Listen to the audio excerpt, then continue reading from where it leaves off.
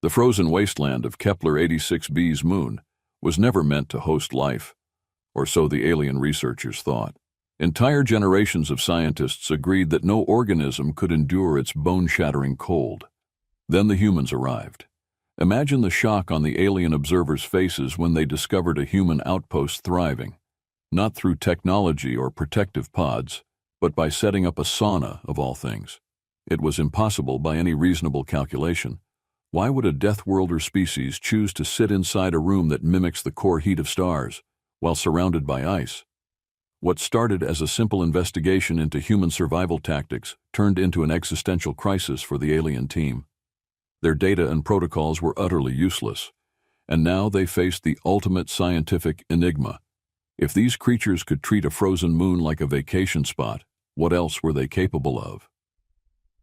The story unfolds with hilarity and wonder as the alien crew tries to decode the most baffling survival tool in the universe, a sauna fueled by a human obsession with hot stones, steam, and relaxation. The alien outpost on the outskirts of Kepler-86b's moon was known for being the most remote research station in the galaxy. The scientists stationed here prided themselves on their precision, logical analysis, and adherence to protocol. This moon was lifeless, frozen solid from pole to pole, with surface temperatures that could instantly freeze even the toughest materials. Perfect for a long-term research study, until they arrived. Lead scientist Zarvok sat in the observation chamber, his 6 limbs folded tightly in disbelief. Reports streamed in across the screens, biological signatures matching the human's genome, active and thriving on the frozen surface. Impossible. They survived? Zarvok asked, his voice clicking in a rhythm of confusion and frustration. We detected no advanced shelter, no heat shields. How? The other alien scientists murmured in agreement, checking and rechecking the data feeds. Zarvok scanned the feed again. Oxygen levels stable, biological readings normal, if not suspiciously normal, for a death-world species like humans. His claws tapped rapidly across the console. It's illogical, said assistant researcher Jika, her translucent skin dimming in stress. Their vessels landed 2 planetary cycles ago, yet they remain unaffected by the cold. The aliens had heard tales, rumors really, about the humans. Death-worlders, some called them, beings born on a hostile planet that defied cosmic logic. Zarvok had dismissed those stories as exaggerated folklore. But now he wasn't so sure. A feed showed footage from the humans' landing site. Their first task upon arrival? Building a small structure, huddled together and working fast. Zarvok zoomed in on the setup. It's not a lab, Jika murmured, squinting at the display. Nor a defense dome. It's some kind of chamber? Zarvok guessed, his voice hesitant. The image sharpened, revealing what appeared to be a small building made from scavenged materials. Wooden planks, oddly enough, arranged in a compact box-like shape. A door opened, releasing a burst of steam into the frozen air. Zarvok recoiled in disbelief. What is that? A heat chamber, Jika guessed. It must be some form of atmospheric regulator. No, Zarvok said slowly, watching the humans enter the structure. They go inside voluntarily. They even seem relaxed. They observed as one human exited the structure briefly, wearing nothing but minimal clothing, an utterly inadequate layer against the extreme cold. The human casually shoveled snow, dumped it into a metal bucket, and disappeared back into the chamber. It must be an emergency system, Jika insisted. Some primitive way to prevent hypothermia? The research team continued to monitor the humans over several cycles, hoping to see signs of distress or adaptation failure. Instead, what they discovered was even more baffling. The humans took turns entering and exiting the chamber, sweating profusely and smiling. They would emerge, roll in the snow without protective suits, and then re-enter the chamber, as if the temperature was merely an inconvenience. Even worse, they were seen carrying large jugs of liquid, later identified as water, into the chamber and splashing it onto heated stones to produce steam. Zarvok rubbed his eyes, or the closest equivalent his species had to such an expression. They are boiling themselves? He muttered, utterly bewildered. It defies all reason, Jika added in horror. They're accelerating dehydration while actively lowering their core temperature between sessions. They should be dead. And yet, the humans thrived. The aliens held an emergency meeting to discuss the findings. Theories were proposed and discarded in quick succession. Perhaps it's an elaborate endurance test? They might be using the chamber as part of a psychological ritual to ward off madness. Or maybe they're conducting some form of chemical exchange, an internal stabilizing mechanism. Zarvok silenced the room with a sharp wave of his limb. There is only one logical conclusion. They are engaging in a survival practice beyond our understanding. His colleagues exchanged nervous glances. The idea of a species so chaotic that they found relaxation in hostile environments unsettled even the most seasoned researchers. What if the human's resilience was not just a biological trait, but a mental one as well? What if they truly enjoyed danger? The time had come. The alien research team could no longer sit idly by, watching the humans perform their incomprehensible rituals. Zarvok ordered an official investigation and summoned a small delegation to make first contact. Their goal? Understand the baffling behavior of these Deathworlders, and if possible, ensure that the humans' activities would not destabilize the frozen moon's delicate ecosystem. As the alien team approached the human outpost, nerves ran high. They wore the best environmental suits their species had developed, hermetically sealed to protect against both extreme cold and any contaminants. Yet the human crew seemed utterly indifferent to the moon's harsh conditions. One of the humans emerged from the sauna structure as the alien delegation arrived. He was a large man, burly, with a towel slung over his shoulder. His skin steamed in the freezing air, as though he were some mythical beast exhaling vapor after a long slumber. Despite standing in the midst of a frozen wasteland, the human looked perfectly comfortable. "Hey there," the human called out, waving casually. "You folks want to join us? We've got room inside." The alien scientists exchanged looks. Zarvok cleared his throat, or tried to, the sound resembling a broken accordion. "Greetings. We are representatives of the Galactic Scientific Consortium. I am Zarvok, and these are my colleagues." The human smiled broadly, showing all his teeth. Jika flinched at the display, mistaking it for a threat display. "I'm Jeff," the human said cheerfully. "Come on in if you like. It's nice and toasty." Zarvok hesitated. "We prefer to remain outside, thank you." He gestured at the alien research team, who stood stiffly in their suits, visibly uncomfortable in the sub-zero environment. "We have come to inquire about your activities. Are you conducting survival exercises?" Jeff tilted his head, clearly confused. "Survival? Nah, man, it's just a sauna. Helps you unwind. You know, sweat out the stress." The alien stared at him, utterly bewildered. Zarvok's mind raced to decode this strange response. Unwind? Stress? Are these factors critical to your biological function? Jeff chuckled. "Well, yeah. Life's hard enough without a little downtime. That's what the sauna's for. Kick back, relax, and let the heat do its thing." The alien scientists exchanged glances. This response made no sense. Relaxation as a survival mechanism? It was absurd. Jika tapped her tablet furiously, trying to cross-reference anything in their database that matched this behavior. She found nothing.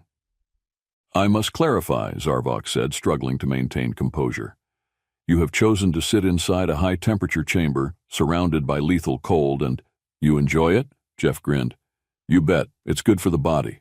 Clears the mind, too." "Madness," Chica whispered under her breath. "They have lost all reason." Jeff glanced at the other humans inside the sauna, who were now chatting and laughing as if they were at a summer picnic. "We've been in there for a bit," Jeff added. "Think I'll roll in the snow before heading back in. You guys ever try that? It's refreshing." Before Zarvok could respond, the human threw off his towel and dove into the snowbank, rolling around with glee. The aliens watched, horrified, as Jeff's skin turned red from the cold, yet the human simply laughed and clapped his hands as he stood up. "All right, that's the good stuff," Jeff declared, brushing snow off his limbs. He turned back to the sauna. "Well, if you change your mind, feel free to join. First sauna's always the best." With that, he disappeared back into the steam-filled chamber, leaving the aliens in stunned silence. The debrief. Back in their research lab, the alien delegation tried to make sense of what they had witnessed. Zarvok paced in front of the display screens, muttering to himself. Jika sat at her console, reviewing footage of the humans' activities. They are deliberately exposing themselves to extreme thermal variation, Jika noted. Her voice edged with disbelief. Hot, cold, hot again. How have they not suffered catastrophic biological failure? It defies every principle of thermoregulation, Zarvok said. He tapped a display showing the humans drinking what appeared to be a hot liquid after exiting the sauna. Look, now they're consuming something else. It's a stimulant of some kind. Jika zoomed in on the footage. According to our data, that substance is called coffee. It appears to be a highly addictive liquid, rich in caffeine. Zarvok shook his head in amazement. These creatures rely on extreme temperatures and chemical stimulants to maintain stability. It is as though their existence depends on constant oscillation between chaos and comfort. Jika leaned back, her translucent skin flickering with stress. This goes beyond adaptation. This is cultural insanity. Day 5, a critical problem arises. The alien research team continued monitoring the humans closely, increasingly fascinated and horrified by their behavior. But things took a turn when a sudden temperature spike disrupted the moon's delicate environment. Their sensors screamed out warnings. A fault in the geothermal vents beneath the surface threatened to trigger a localized icequake that could tear the area apart. Zarvok stared at the readings in disbelief. This is a planetary emergency. If we do not stabilize the fault line, the entire region will collapse. The alien team sprang into action.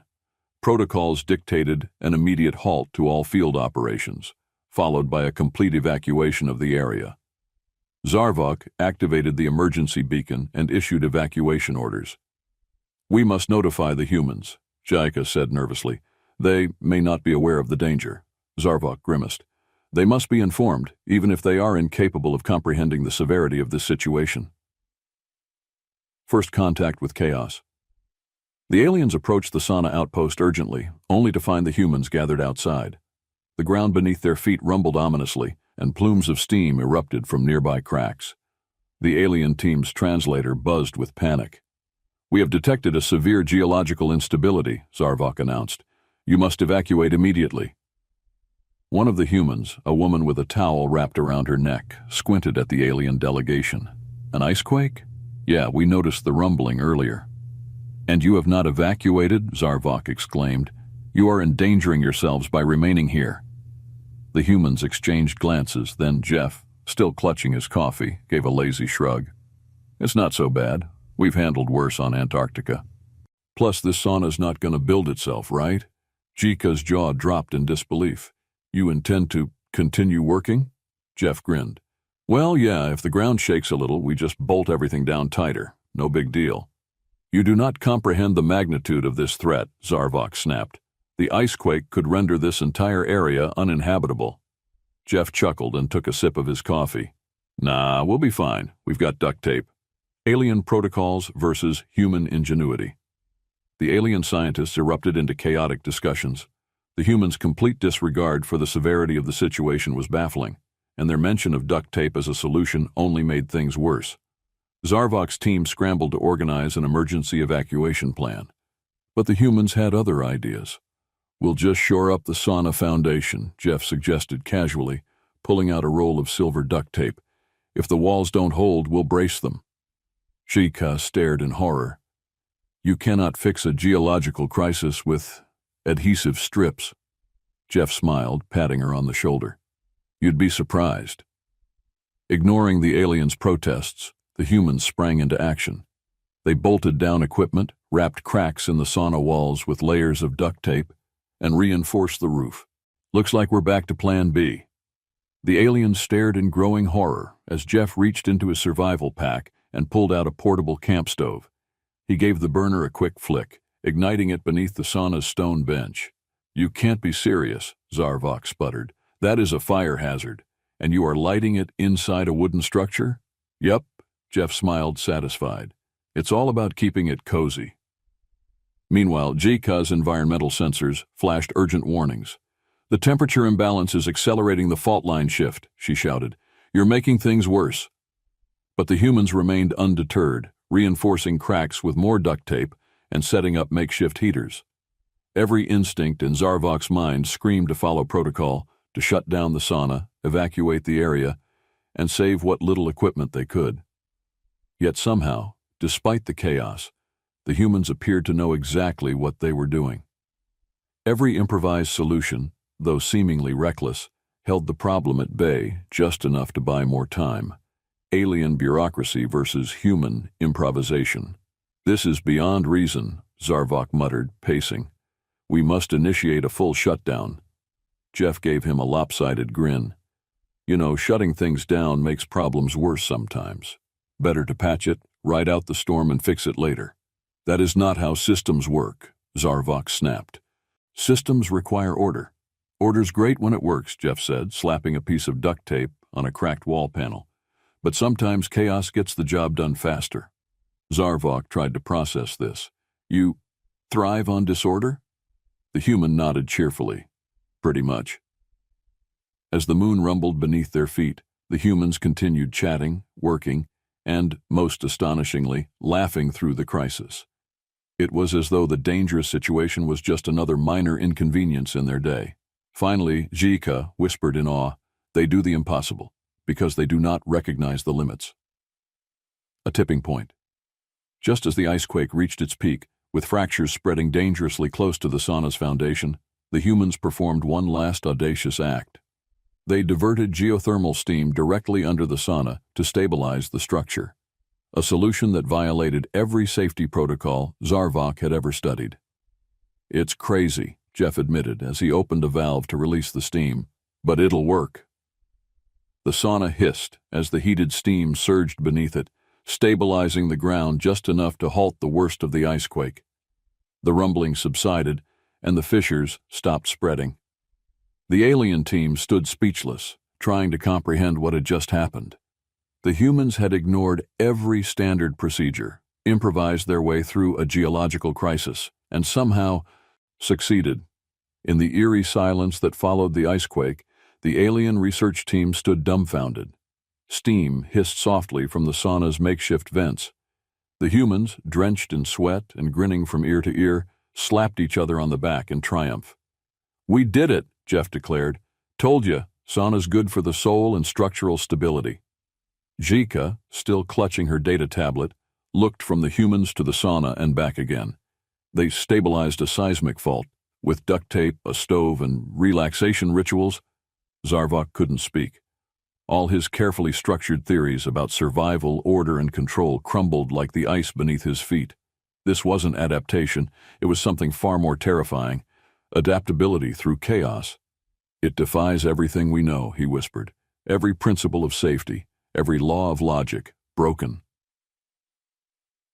Existential crisis in the lab. Back at their research station, the alien team sat in stunned silence, reviewing the footage over and over again.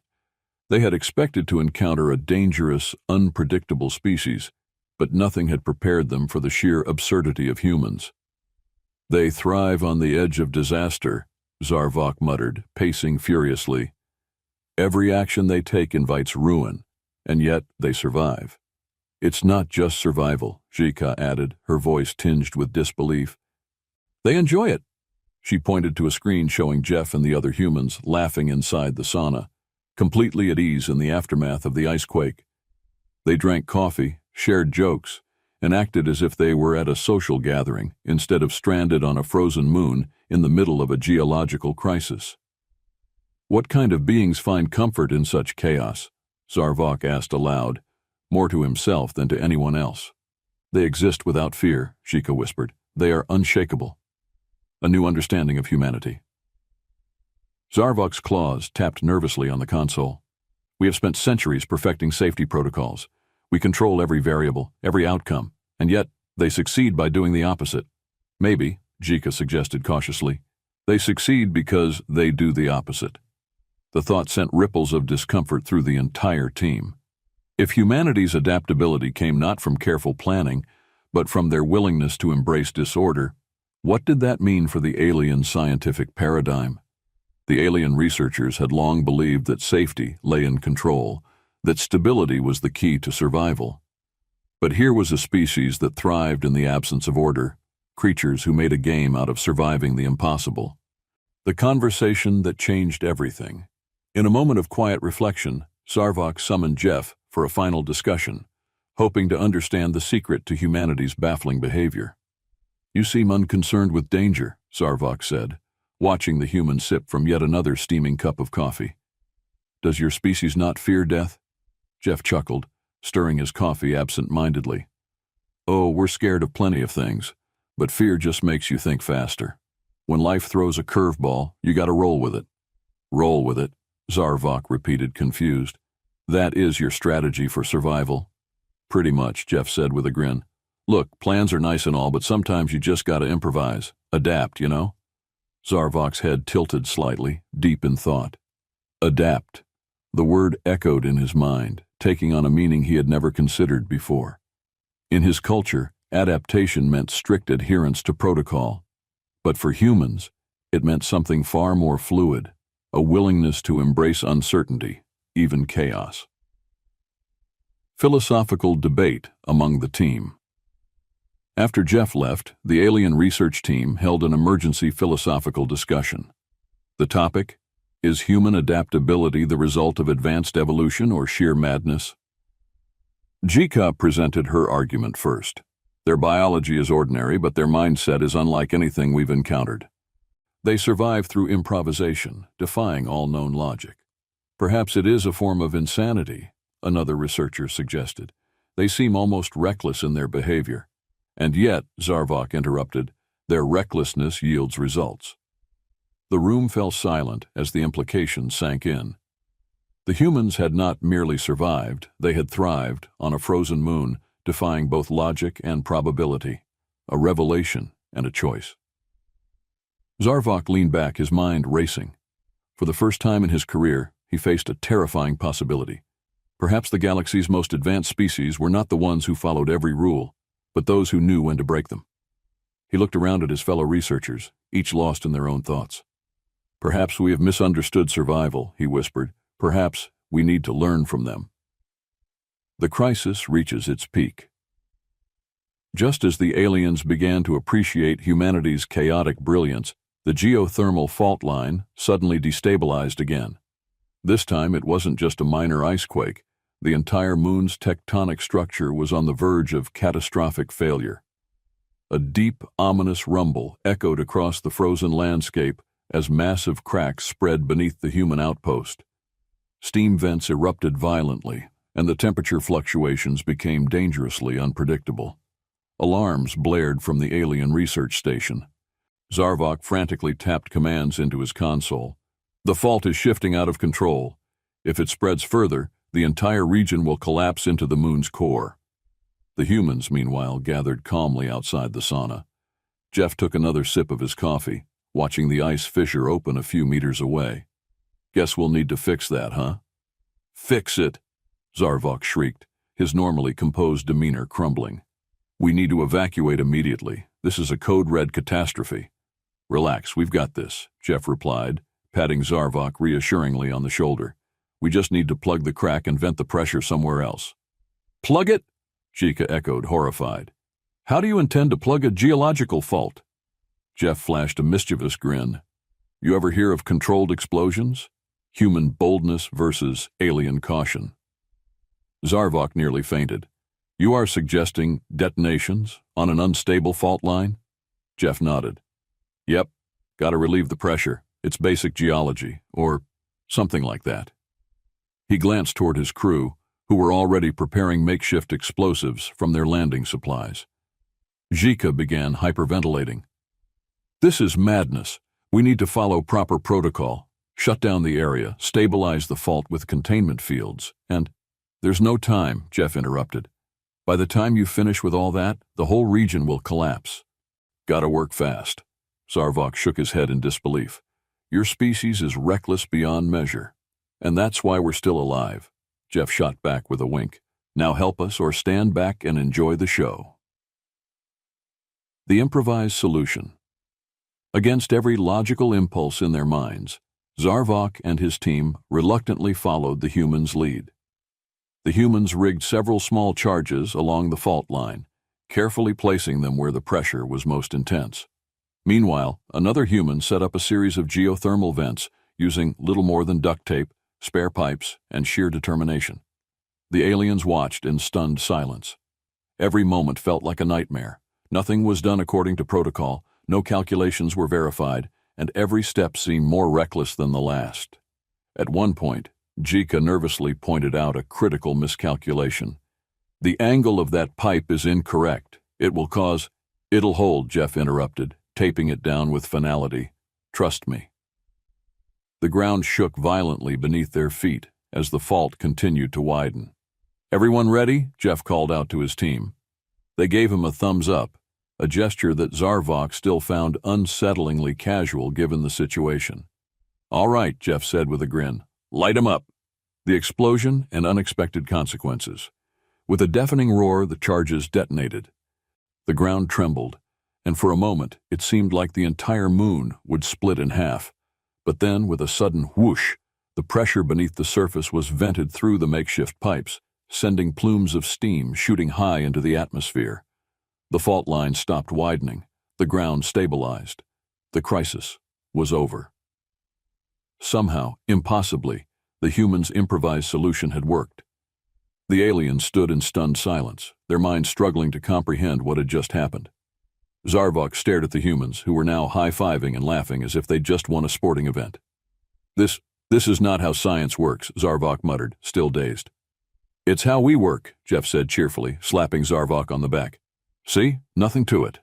More problems arise. Of course, just as the alien team began to relax, a new problem emerged. One of the geothermal vents, the one Jika had warned about, began to sputter. The angle had indeed been off, and now it was releasing superheated steam directly into the alien research station. Jika shrieked in panic. "I told you that pipe was misaligned." Jeff cursed under his breath. "Ah, yeah, that might have been my bad." "What do we do now?" Zarvok shouted, his composure completely shattered. Jeff shrugged. "Same thing we always do. We improvise. Humans and aliens unite." In a mad scramble, the humans and aliens worked together to redirect the faulty vent. Despite the chaos, something strange began to happen. The aliens, inspired by the humans' fearlessness, started improvising too, using duct tape, scavenged parts, and quick thinking to solve problems on the fly. At one point, Zarvok found himself taping down a cracked console without even thinking. Jika, meanwhile, shoved a metal rod into a leaking valve, muttering, "This is highly unorthodox," even as she tightened the makeshift seal. Together, humans and aliens patched the remaining problems, stabilizing the vents and securing the area. For the first time, Zarvok felt a strange sense of satisfaction. The chaos had become oddly exhilarating. The climax ends with a shared victory. As the final vent hissed to a halt, signaling the end of the crisis, the humans let out a triumphant cheer. Jeff clapped Zarvok on the back once more. "See? Told you we'd get through it." Zarvok, still breathless from the experience, gave a slow nod. "I do not understand how, but yes, we did." For the first time in his life, Zarvok felt a flicker of something unfamiliar: admiration. The humans had shown him that there was more to survival than protocols and control. Sometimes the only way to win was to embrace the chaos. The steam had settled, the vents stabilized, and the sauna stood proudly at the heart of the human outpost, its walls still held together by layers of duct tape and human stubbornness. For the first time in hours, the alien team allowed themselves to breathe freely. Zarvok slumped against a snowbank, utterly exhausted but oddly content. Jika sat beside him, her translucent skin still shimmering from stress. They watched as the humans gathered around their sauna, chatting, drinking coffee, and laughing like old friends. "They behave as though none of this was dangerous," Jika whispered, shaking her head. "They nearly tore the moon apart, and they celebrate with hot beverages." Zarvok gave a low hum of agreement. They approach life as though every crisis is merely another inconvenience. For a moment, the two aliens sat in silence, absorbing the strange reality they had just witnessed. Zarvok finally muttered, "I envy them." Jika turned to him, surprised. "Envy? How could you envy being so reckless?" Zarvok chuckled softly. "Because they are not bound by fear. They thrive in chaos, Jika, and somehow it works." A growing understanding. As the humans packed away their tools and prepared to fire up the sauna once again, Jeff wandered over to the alien scientists with a friendly grin. "So, you guys joining us this time or what?" Zarvok hesitated. "Join you? In the heat chamber?" "Yep, it's a good way to unwind after, saving the world." Jeff waggled his eyebrows mischievously. "First sauna's always free." The alien scientists exchanged nervous glances. The very thought of entering such an environment, deliberately subjecting themselves to extreme heat, felt like a violation of every principle they held dear. And yet, there was something oddly tempting about it. Zarvok glanced at Jika, who gave a small, hesitant shrug. "It is unorthodox," she admitted, "but perhaps it would be good to try." "Unbelievable," Zarvok muttered. But then, with a deep breath, he stood and dusted off his environmental suit. "Very well, we shall join you." The sauna experience.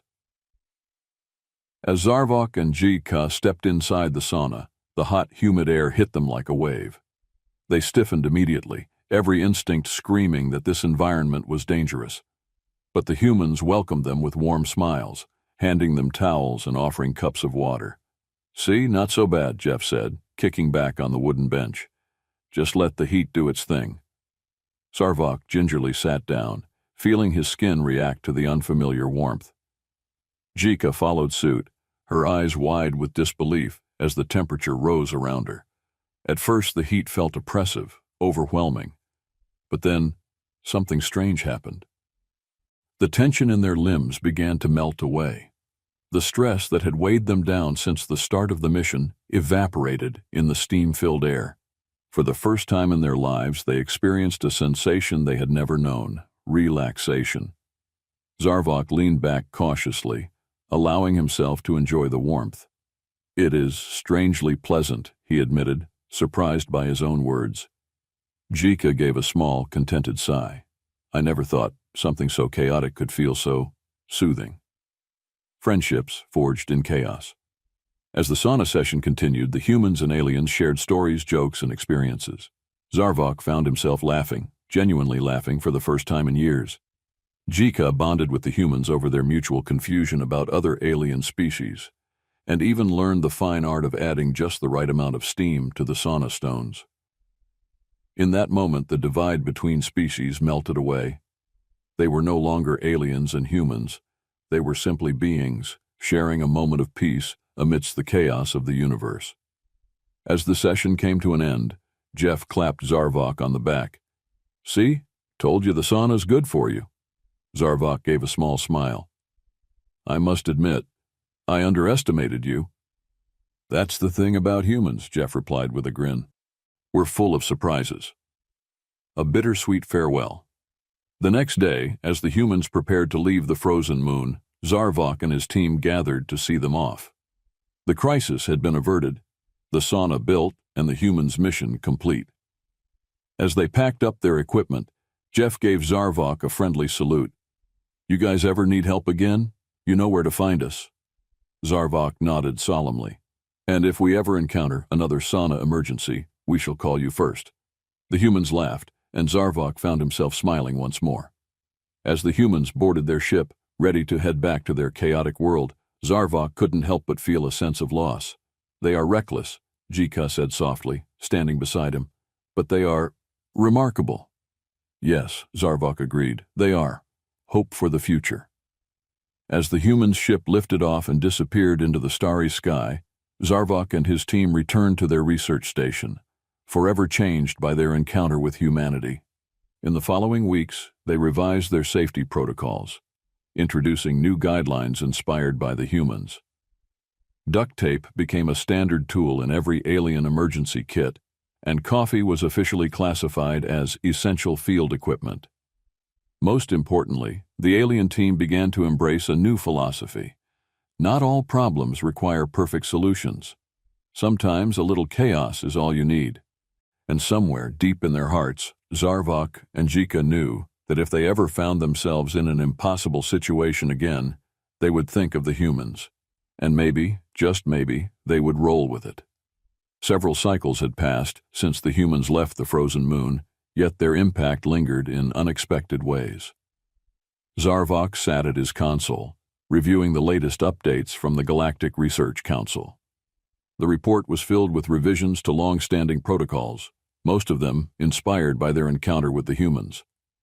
Jika entered the lab, carrying a strange new addition to their research station, a portable coffee maker, a gift from Jeff before the humans departed. She placed it carefully on the table, her expression both puzzled and amused. "We have received a new directive from the Council," she said, scrolling through her data pad. It reads, "In case of unforeseen system failures, contact humans." Zarvok couldn't help but chuckle. They have learned faster than we did. Jika nodded thoughtfully.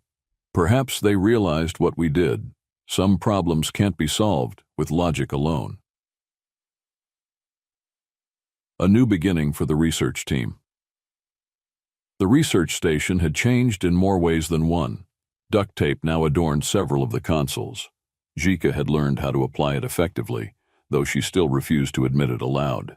The research team had also started holding informal meetings around the coffee maker, sipping the bitter brew with a strange sense of satisfaction. And every so often, Zarvok found himself staring at the sauna, which the humans had left behind. Though the thought of using it still made his limbs twitch with discomfort, a small part of him was curious. The galaxy takes notice. Word of the humans' exploits spread quickly through the Galactic Consortium.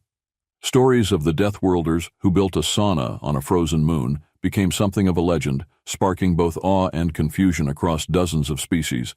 Some viewed the humans as reckless, others saw them as visionary. One particular alien scientist even began drafting a research paper titled Adaptation Through Improvisation, the Human Method. Despite the differing opinions, one thing was certain. The humans had left a lasting impression. And for the first time in centuries, the consortium's most advanced species began to question whether perfection and control were truly the highest forms of evolution. Final reflection and tease for the future. Late one night, as Zarvok sat alone in the lab, the console chimed with an incoming message. It was from Jeff. The message read, "Hey, thought you'd like to know. We're heading to a jungle world next. They say the heat and humidity are off the charts. Perfect spot for our next sauna. Want to come along?" Zarvok stared at the message for a long moment, then slowly, against all reason, he smiled. He typed a simple reply, "I will bring the coffee." With a satisfied sigh, Zarvok leaned back in his chair, feeling something he hadn't experienced in years: excitement. For the first time in his life, he was ready to embrace the unknown, the end, or just the beginning. As the stars shimmered outside the research station's windows, Zarvok knew one thing for certain: life would never be the same. And somehow, that was okay. The stars shimmered outside the research station's windows, and Zarvok knew one thing for certain: life would never be the same. And somehow, that was okay.